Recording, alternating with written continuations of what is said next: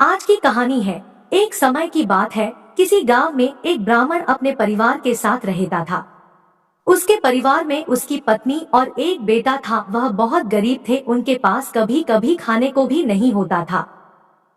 ब्राह्मण की पत्नी बहुत होशियार और चालाक थी, इसलिए वह रोज ब्राह्मण को भिक्षा मांगने के लिए जाने को कहती थी। पर ब्राह्मण उसकी एक नहीं सुनता था और घर पर ही राम नाम जाप करता रहता था। पत्नी के हर रोज लज्जित करने पर ब्राह्मण एक दिन सुबह सुबह उठा और अपने पोती पतरा उठाया और दूसरे गांव में चल दिया। चलते चलते वह घने जंगल में पहुंचा और अंधेरा हो गया। वह वहां एक बड़े पीपल के पेड़ के नीचे बैठ गया और राम नाम जपने लगा। सुबह होने पर जब उठा तो पास के नदी से स्नान करके वह आगे चला गया और दूसरे गांव में पहुंचा। गांव वाले उससे ना तो कोई कथा सुनना चाहते थे और ना ही कोई उसे भिक्षा दे रहे थे। वह ब्राह्मण दुखी होकर घूम फिर कर फिर उसी पीपल के पेड़ के नीचे आकर बैठ गया।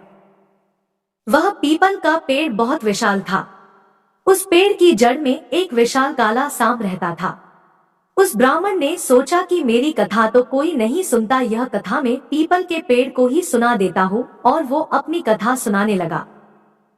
कथा पूर्ण होने पर पेड़ के नीचे से एक काला नाग निकला और उस ब्राह्मण को एक स्वर्ण मुद्रा देते हुए बोला, तुम रोज यूं ही यहाँ आकर मुझे कथा सुनाया करो, मैं रोज तुम्हें स्वर्ण मुद्रा दूंगा। ब्राह्मण ने यह बात मान ली। नाग ने कहा, सुनो, यह बात तुम किसी को भी मत बताना, तुम्हारे सब दुख दूर हो जाएंगे। ब्राह्मण रोज ऐसा ही करता। सुबह उठकर नहा धोकर अपनी पोती पतरा लेके वह पीपल के पेड़ के नीचे पहुंच जाता और वहां बैठकर कथा सुनाता। कथा पूर्ण होने पर नाग सोने की मुद्रा भेंट करता। देखते ही देखते ब्राह्मण धनिक हो गया। पूरे गांव में यह चर्चा होने लगी कि ब्राह्मण की दशा कैसे सुधर गई। यह जरूर कोई गलत काम करता होगा। ब्राह्मण को लोगों की बातों से कोई फर्क नहीं पड़ता था। वह नित्य अपना यही कार्य करता रहता था। एक दिन गांव की कुछ औरतें ब्राह्मणी के पास गई और उससे पूछने लगी कि आपके पति इतने धनवान कैसे हो गए?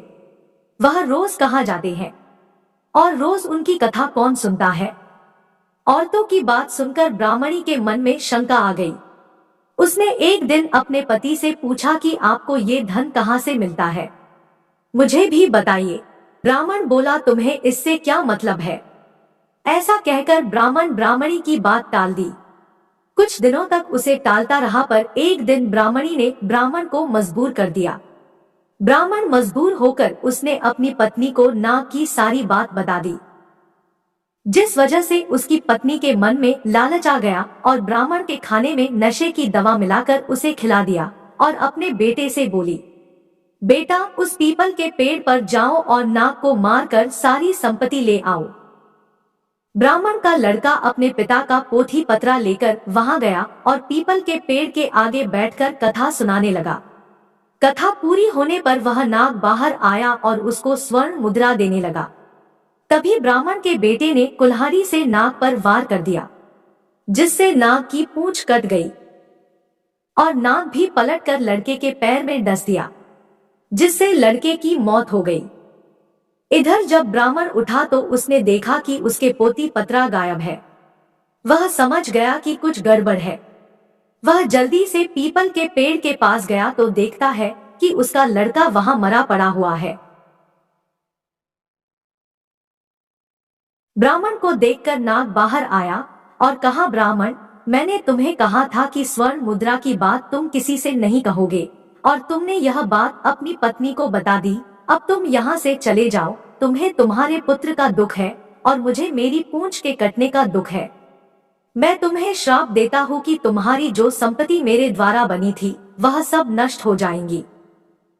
ब्राह्मण नाग देवता से मुंह से यह सुनकर सर पिटता रह गया और रोता बिलखता अपने पुत्र का शव लेकर वहां से चला गया। घर जाकर अपनी पत्नी को बोला, देखो, तुम्हारे लालच की वजह से हमने अपना एकलौता पुत्र खो दिया और हमारी सारी संपत्ति नष्ट हो गई। ब्राह्मणी को भी इसकी गलती का एहसास हुआ और वो भी रोती रही। उम्मीद करते हैं ये कहानी आपको पसंद आई होगी।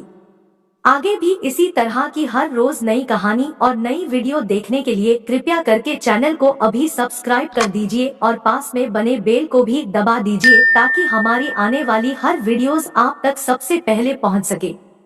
आपका दिन शुभ रहे। धन्यवाद।